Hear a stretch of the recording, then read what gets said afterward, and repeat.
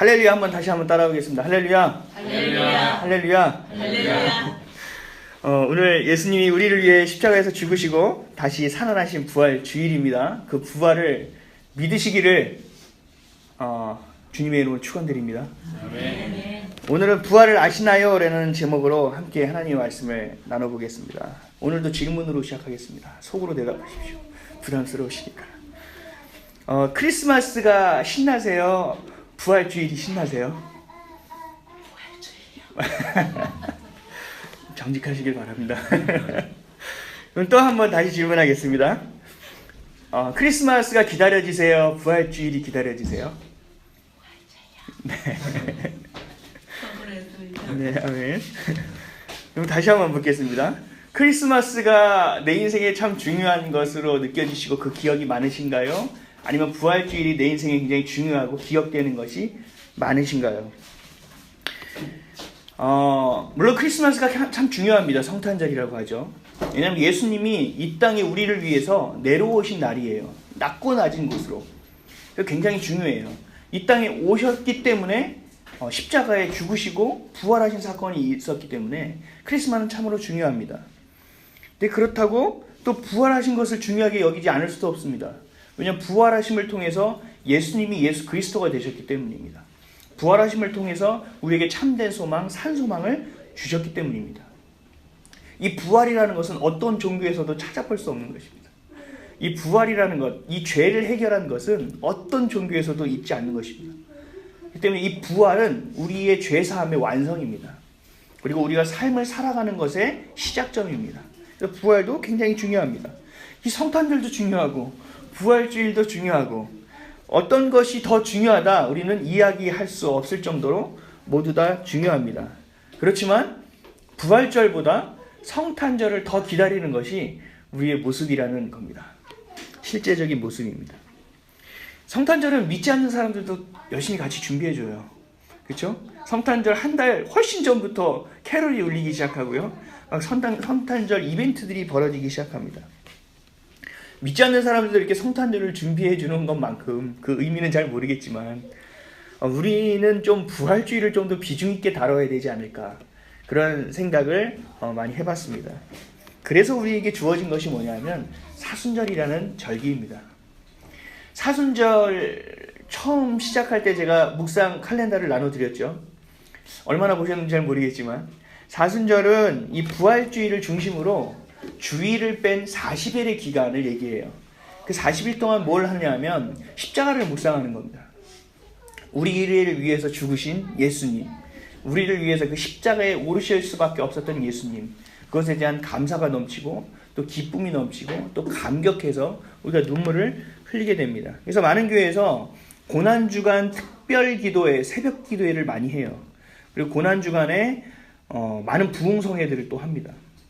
그런 식으로 사순절이라는 시간을 좀 더 의미 있게 보내려고 노력을 한다라는 거죠.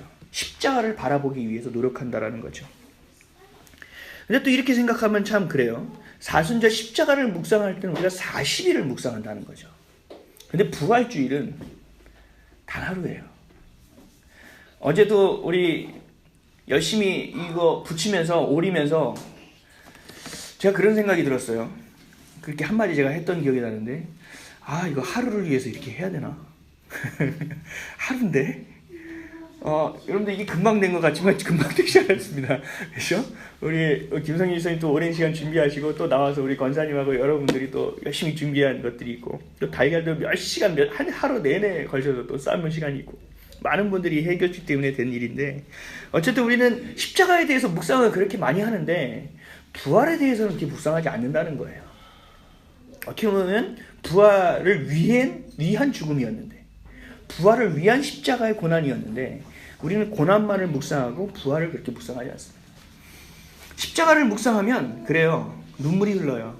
감격돼요. 감동이 있어요. 왜 나를 위해서? 처음엔 믿어지지 않다가 이게 믿어지기 시작하면서부터 이 십자가가 거의 내 생명과 같은 존재가 되어버립니다.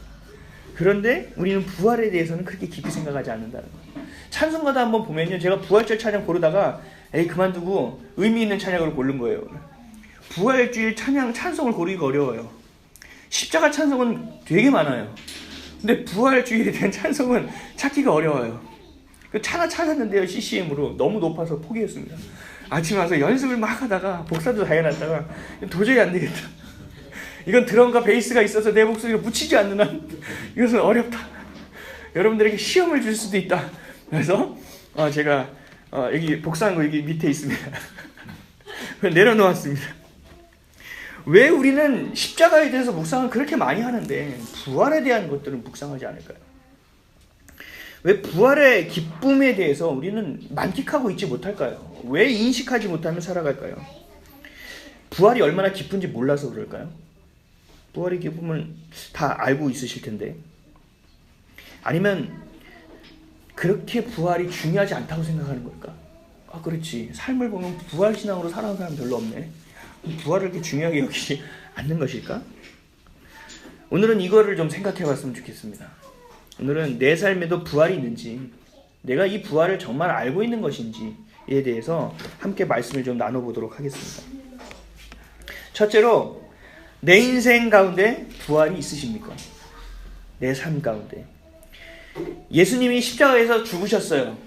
그리고 사흘 만에 부활하셨어요. 그리고 예수님이 죽으실 때 다 뿔뿔이 흩어졌던 제자들을 찾아 나서셨어요. 그리고 모이라고 하셨어요. 그리고 예수님은 제자들 앞에서 부활하신 모습을 보여주셨습니다. 그래서 원래 우리가 사도행전 1장에 마가다락방에서 모여서 기도할 때 120문도가 성령님이 임함으로 말미암아 방언이 터지기 시작하고 첫 교회가 시작되었다고 얘기하는데, 저는 개인적으로 이것이 초대교회이기보다 그 전에 초대교회가 있었다고 생각해요. 제 개인적인 생각입니다. 큰 교회가 아니니까 뭐 공격할 일이 당할 필요 없겠지만, 그래도 제가 생각할 때 초대교회는 예수님이 십자가에 죽으시고 다 흩어졌던 제자들이 부활하신 예수님을 통하여 다시 뭉친 공동체, 저는 이게 초대교회라고 생각해요. 예수님을 통해서 예수님이 계셨던, 이 땅에 계셨던 이 시간 동안 제자들이 모여서 예수님을 묵상하고 부활 신앙에 대해서 알기 시작한 겁니다. 그래서 우리가 삶을 어떻게 살아가야지에 대해서 다시 한번 배우기 시작했습니다. 그래서 이 공동체에서는요, 부활이라는 것이 굉장히 중요했어요. 이 공동체에서는 부활 신앙 외에는 다른 것을 찾아보기가 어려울 정도로 부활이 굉장히 중요했어요. 왜냐하면 자신들과 함께 했던 예수님이 죽었잖아요. 근데 예수님이 다시 살아 돌아왔잖아요. 기겁할 일이잖아요. 그래서 예수님이 처음에 돌아왔을 때 잘 못 알아봤단 말이죠. 얼마나 까무러쳤겠어요. 근데 예수님이 살아서 돌아오셨는데, 그 살아 돌아오셔서 자, 나 살아있지, 그리고 호련히 가신 게 아니에요. 그들과 먹고 마시고 다시 주무시고 그 이전의 3년처럼 똑같이 일들을 행하신 거예요.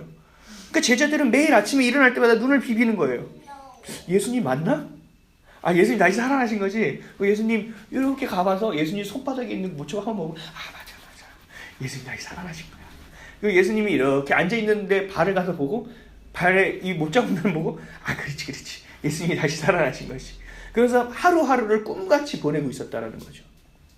그러니까 이 첫 공동체에서는 부활이라는 것은 매일매일 상고하고 매일매일 생각하게 되고 매일매일 느끼게 되는 것이었다는 거죠. 그래서 이 부활은 굉장히 중요했다라는 겁니다. 이들이 광신도였기 때문에 중요했던 것이 아니라, 이들이 처음 시작점이라서 뜨거웠던 것만이 아니라 그 예수님을 실제로 만났기 때문에 이들은 부활을 굉장히 중요하게 여길 수밖에 없었다라는 것입니다. 죽은 것을 본인들 눈으로 확인했잖아요. 그렇죠? 그리고 장사 지냈잖아요. 그런데 그 죽음을 이기신 그분이 그 모습으로 그대로 자신들과 함께 하셨기 때문에 그렇습니다. 놀라워할 수밖에 없다라는 겁니다. 부활을 목격했기 때문에 그렇죠. 저는 어렸을 때 열등감이 굉장히 많았어요. 지금은 열등감이 거의 없는 것 같아요. 열등감 가져봐야 해결될 것도 없다고 제가 느끼고 살아갔고, 열등감을 가질 필요가 없습니다. 근데 열등감이 어렸을 때 너무나 많았어요. 누구한테 열등감이 많았냐면 누나 때문에 그렇습니다. 저희 누나는 아직도 잘 몰라요, 그걸.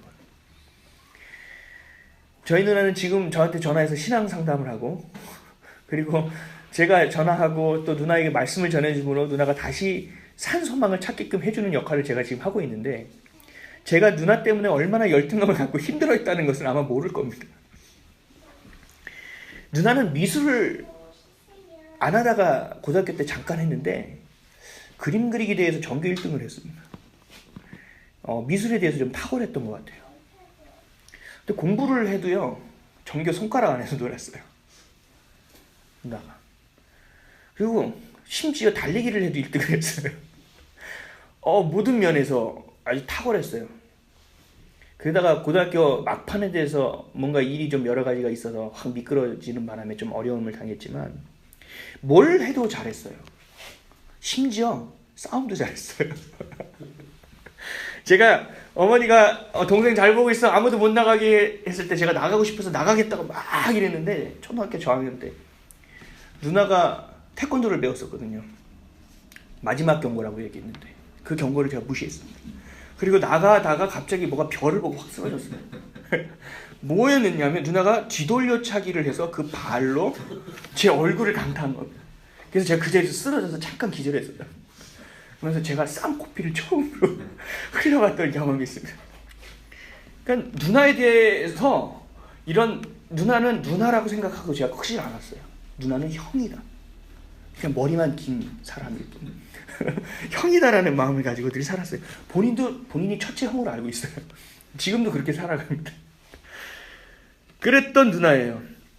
그리고 누나가 제가 어디서 맞고 오면 누나가 늘 이렇게 얘기했어요. 좀 설교인데 좀 그렇지만 이렇게 짝다리 딱 지면서 어떤 새끼냐? 그래서 누나가 가서 해결해 주곤 했습니다. 그러니까 놀이터를 실제로 맞으면 가서 제 손을 잡고요. 어떤 놈이냐? 그랬던 게 저희 누나입니다. 형이죠. 누나가 싸우는 모습을 제가 목격한 적도 있습니다. 제가 초등학교 3학년 때, 누나 6학년 때 4명, 5명 누나들하고 싸우고 있었습니다. 그 미술반이 거기서 청소하고 있다가. 근데 다른 여자애들은 막 누나를 막 핥히고 등을 막 때리고 머리를 막 잡아당기는데 누나는 멱살을 잡고 이렇게 쳐다보더라고요. 그러면서 한 명씩 매기더라고요. 이렇게. 누나는 주먹으로 한 명씩 매기기 시작했습니다. 제가 그것을 보고 우리 누나에게는 절대 범접할 수 없는 무언가가 있구나. 우리 누나를 건드리면 안 되겠구나. 그래서 누나의 말에 많이 순종하며 살았던 제가 있었습니다. 그래서 누나 앞에서는 늘 열등감이 있었어요. 우리 누나는 뭘 해도 잘하는데 나는 왜 못하지? 밖에서 누구한테 맞고 들어와도 우리 누나였으면 이렇게 안 했을 텐데 왜 나는 이렇게 맞고 다니지? 또 어디서 성적표를 가지고 이거 어머니한테 보여줘야 돼, 말아야 돼. 이거를 좀 살짝 긁어봐, 말아야 돼. 이럴 때 우리 누나는 였으면 이렇게 생각할 일도 없을 텐데 늘 누나에 대한 생각이 참 많이 있었어요. 근데 나중에 제가 어떻게 이것을 극복했냐면 누나가 많이 어려워짐을 통해서 극복하거나 아니면 제가 누나보다 더 잘나져서 극복하는 것이 아니라 하나님을 만나면서 제가 극복됐다는 사실이에요. 내가 하나님의 자녀임을 깨닫는 순간 이 자존감이 높아지는 것뿐만 아니라 열등감이 그냥 사라졌습니다. 누가 막 뭐라면 속으로 왜 이래? 나 하나님 아들인데? 쟤들 정신이 없구만. 이러면서 완전히 제가 뒤바뀐 사람이 돼버렸어요. 그래서 누가 저에게 이렇게 잘해주면 그렇지 잘해야지. 하나님 아들인데. 그렇지 잘하는 거야. 그리고 속으로 이러면서 저도 잘해주고. 이 자존감이 하늘을 찌를 정도로 이게 높아졌어요. 하나님의 자녀라는 것을 제가 깨닫는 순간 그랬어요. 여러분들은 그런 것이 있습니까? 저는 제 영혼의 부활이라고 생각해요. 제 영혼이 살아난 순간이라고 생각해요. 그래서 저는 몸이 부활한 순간도 있었고 영혼이 부활한 순간도 있었고 하나님이 제 자존감을 굉장히 높여주신 그 부활의 사건도 있었습니다. 공부를 너무 못했어요. 공부를 너무 안 했어요. 15등급 중에 14등급 뭐 이렇게 했으니까 제가 공부가 왜 하는지도 모르고 뭐 알려주는 사람도 하나도 안 했어요. 그러다 고등학교 2학년 때 공부라는 것을 알고 시작하고 공부하고 또 내신이라는 걸 그때 알았습니다. 공부하고 시작해서 하나님이 저를 어떻게 높아주냐면 고등학교 3학년 때 졸업할 때 비록 예체능반이었지만 반에서 1등으로 졸업할 수 있도록 해주셨어요. 그게 제 자존감을 얼마나 높여주셨는지 몰라요. 확 높여주셨어요. 나도 하니까 할 수 있구나. 나도 하니까 되는구나 라는 것을 하나님이 알려주시고 그때 공부법을 알려주셔서 그 이후에 그 공부법을 가지고 대학교에서도 공부를 잘하고 잘하게 되었어요. 지금도 솔직히 말씀드리면 다른 사람보다 많은 노력은 하지 않습니다. 아마 노력을 더 하면 더 잘 되겠지만 설교 말씀을 읽고 막 수십 번을 읽고 이러지 않습니다. 한 2번 읽어보면 그냥 다 머릿속에 남습니다. 그때 했던 공부의 학습법이 아직도 남아있기 때문에 그렇습니다. 어떻든 그렇습니다. 예전에 메이커 옷을 입고 내가 명품을 지녀야 내가 명품 인생을 살아가야 되는 줄 알았고, 이 나이스 옷을 입고 뭔가 제가 다녀야지 사람들이 나를 괜찮게 여기는지 아는 삶을 살았는데, 이제는 그런 삶이 아니라는 겁니다. 여러분들 이 시계 보이세요? 시계? 이게 얼마일 것 같아요? 30만 원. 사가시길 바랍니다. 27,000원짜리입니다. 근데 이게 하면은 사람들이 보면 좋대요. 몇 명 하는데 이렇게 보니까 제가 참 명품으로 만들 수 있습니다. 내가 그런 삶을 살아가고 내가 그런 자존감을 갖고 살아가고 내가 그렇게 아름답게 코디하고 있으면 사람들은 그것을 명품으로 안다라는 겁니다. 그리고 솔직히 그렇게 보는 눈도 필요치 않아요. 내가 보고 내가 만족하고 내가 시계를 차면 그만입니다. 제가 왜 이런 삶을 살아갈 수 있었냐면 내가 영혼의 부활을 경험했기 때문에 그렇습니다. 회복됨을 경험했기 때문에 가능했다는 겁니다. 지금도 좋은 직장에서 다니면서도 이 자존감 하나 안 되고 열등감으로 살아가는 친구들을 참으로 많이 봅니다. 나보다 훨씬 잘난데도 불구하고 그런 삶을 살아요. 그리고 맨날 다른 사람 눈치도 안 주는데 지 혼자 눈치 보고 살아갑니다. 오늘 여러분들에게 그 부활이 있으시기를 주님의 이름으로 축원드립니다. 여러분들은 하나님의 자녀입니다. 제자들이 예수님의 부활을 경험했습니다. 저도 제 영혼의 부활을 경험했습니다. 여러분도 여러분의 삶에서 부활을 경험하셔야 됩니다. 사람들은 이래요. 예수님의 부활은 믿는데요. 왜냐하면 내가 본 것도 아니니까. 많은 사람이 봤다가 하잖아. 성경에도 기록되고 있으니까 믿어야지. 그리고 늘상 얘기하잖아요. 예수님이 부활했다고. 그러니까 믿어야죠. 또 내가 볼 수 있는 것도 아니고 다 봤다고 하고 다 그렇게 믿으니까, 그렇게 얘기하니까 나도 믿어야지 하는 수준에 머물러 있는 사람들이 대부분이라는 거예요. 그래서 그 부활이 지금 2017년도 오늘을 살아가는 나에게 주어진 것이라는 것을 사람들은 깨닫지 못합니다. 이 부활이 굉장히 멀리 있는 것이고 예수님께만 해당되는 것이며, 내 영혼의 호흡이, 육적인 호흡이 끊어졌을 때 다시 이루어지는 것으로만 알고 있다는 것입니다. 그래서 그것이 피상적이 되는 것이고, 그래서 이 삶에 적용이 안 되기 때문에 천국 소망을 가지고 부활신앙으로 살아갈 수조차 없는 것입니다. 오늘은 우리 교회뿐만 아니라 수많은 교회에서 아마 오늘 부활 주일 예배를 드리고 있을 거예요. 아주 그냥 신나고 기쁘게 예배를 드릴 거고, 또 성도들을 또 주려고 뭐 떡도 막 쪄가지고 또 달걀도 막 삶아가지고 했을 거예요. 그럼 기대하십시오. 우리 교회도 이번 주 준비했습니다. 그런데 이 살펴봐야 할 것은 그 교회 안에 있는 수많은 사람들, 이 예수님을 믿고 있지만 내 삶의 자리에서 내 인생 가운데 그 부활신앙을 갖고 살아갈 때 얼마나 능력 있게 살아갈 수 있는지를 아는 사람이 없다는 게 너무나 안타깝다라는 거예요. 그렇기 때문에 부활을 경험하지 못하는 겁니다. 그래서 부활이 우리에게 소망이 안 되는 거예요. 그래서 부활이 크리스마스보다 못한 날이 되어버리는 겁니다. 그래서 십자가만 바라보고 부활을 바라보지 않게 되는 것입니다. 그리고 믿는 사람들이 더 사람들을 등쳐먹고 살아가는 거예요. 처음에 감격은 있으나 그 입문은 하였으나 천국 소망이 없으니 세상 사람들하고 똑같이 이 땅에 쌓는 것, 이 땅에서 올라가야 될 것, 이 땅에서 먹을 것, 이 땅에서 입을 것만 주장창 외치고 살아간다라는 거예요. 이게 부활이 없기 때문에 그렇습니다. 어제 우리 밑에 고촌나리 책방 사장님이요, 우리에게 정말 좋은 달걀 2판을 선물해 주셨어요. 자기도 쉽지 않은 삶인데도 불구하고, 우리 교회 다니지 않으세요. 그런데도 불구하고 이 교회를 위해서 무언가 할 게 없나 생각하다가 달걀 2판을 선물해야겠다고 생각하셔서 좋은 걸로 사오신 거예요. 본인도 지금 여러 가지 어려움에도 불구하고.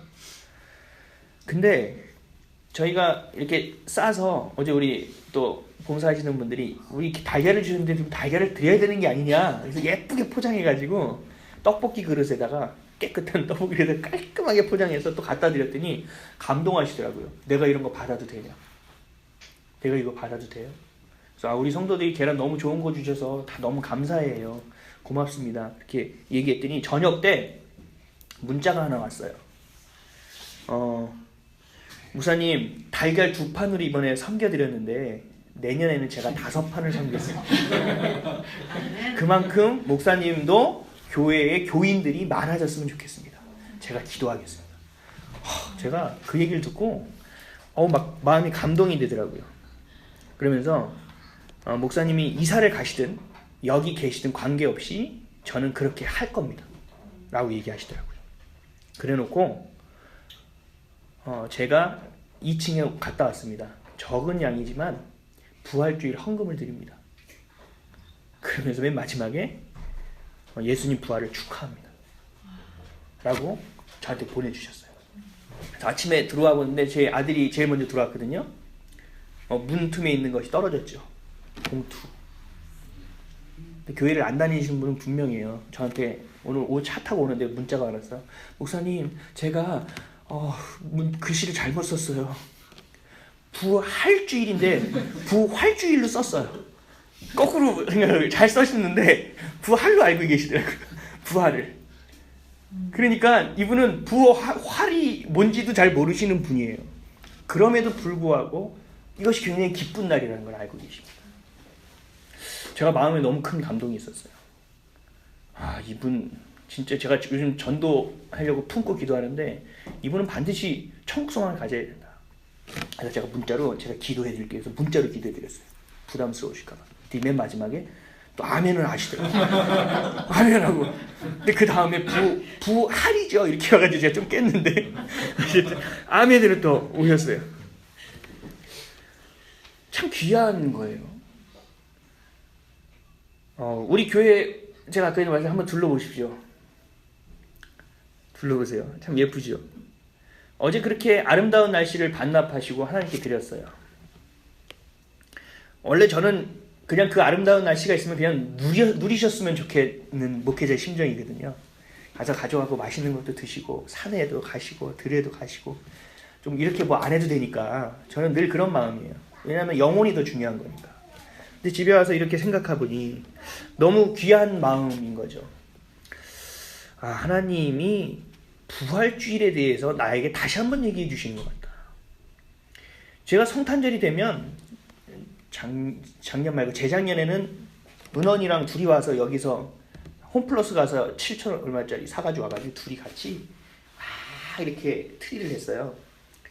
성탄절이 기쁜 날이라는 걸 아니까. 근데 부활주일은 제가 그렇게 안 했더라고요. 나를 돌아보게 하시는구나. 부활주일이 얼마나 중요한 날이라는 것을. 우리 하루만 하고 뛰지 말고 좀 당분간 유지했으면 좋겠습니다. 성탄절처럼. 이거 왜 안 돼? 이러지 마시기 바랍니다. 부활이 있다는 것에 그치는 것이 아니라 부활하신 주님을 만나셔야 돼요. 내가 그 부활을 경험해야 돼요. 그래서 초대교회 공동체처럼 부활로 살아가고 부활을 전하는 삶을 살아가야 합니다. 오늘이 그 부활하신 예수님을 만나는 날이 되시기를 주님의 이름으로 축원드립니다. 그럼 어떻게 부활을 경험할 수 있을까요? 둘째로 부활하신 예수님을 만나는 것은 오직 성령을 통해서만이 가능합니다. 예수님이 부활하시고 함께 생활했던 사람들은 예수님이 함께 계시니까 그냥 믿을 수밖에 없었어요. 보니까. 근데 현대를 살아가고 있는 우리들은 부활하신 예수님을 직접 만나기는 어렵답니다. 그죠? 만나보신 적 있으세요? 없으시죠? 그렇다면 우리는 어떻게 만날 수 있을까? 오직 성령님을 통해서만이 가능하다는 겁니다. 그러면 성령님이 우리와 함께 계시다는 건 어떻게 알 수 있을까? 우리 눈으로 다 확인이 될까? 요한복음 3장 8절에 바람이 임의로 불매 내가 그 소리는 들어도 어디서 와서 어디로 가는지 알지 못하나니 성령으로 난 사람도 다 그러하니라. 예수님은 성령을 바람으로 묘사합니다. 그리고 구약 성경을 보면 성령을 바람으로 묘사하는 것이 참으로 많이 나옵니다. 바람은 눈으로 볼 수 없습니다. 그렇기 때문에 성령님이 역사하심을 하시는 것을 우리가 늘 증거해달라고 그래요. 보여달라고 그래요. 그래서 우리가 친숙한 교회들은 방언을 통해서 성령님이 우리에게 임하셨다라는 것을 알고자 합니다. 이것을 외적 증거 중에 하나라고 하는데 느낄 수 있다는 거예요. 그러나 우리는 그런 것이 없어도 성령님이 우리와 함께하다는 것을 느낄 수 있습니다. 사도행전 2장 1절에서 3절까지 말씀에 오순절 날이 이미 이름에 그들이 다 같이 한 곳에 모였더니 호련히 하늘로부터 급하고 강한 바람 같은 소리가 있어 그들이 앉은 온 집에 가득하며 마치 불의 혀처럼 갈라지는 것들이 그들에게 보여 각 사람 위에 하나씩 임하여 있더니 아멘. 방언이 터져서 성령이 임한 것일 수도 있지만 임했다고 우리가 알 수 있지만 그 전에 2절에 이런 말이 하는 거예요. 호련히 하늘로부터 급하고 강한 바람 같은 소리가 있어 그들이 앉은 온 집에 가득하며 우리가 바람을 볼 수는 없지만 바람이 분도라는 것은 알아요. 나가서 눈 감고 서 있으면 알잖아요. 아, 바람이 부는구나. 안 보인다고 바람 절대 없어 이러는 사람 없잖아요. 그렇죠? 성령님도 우리가 바람처럼 볼 수는 없지만 우리가 느낄 수 있다라는 거예요.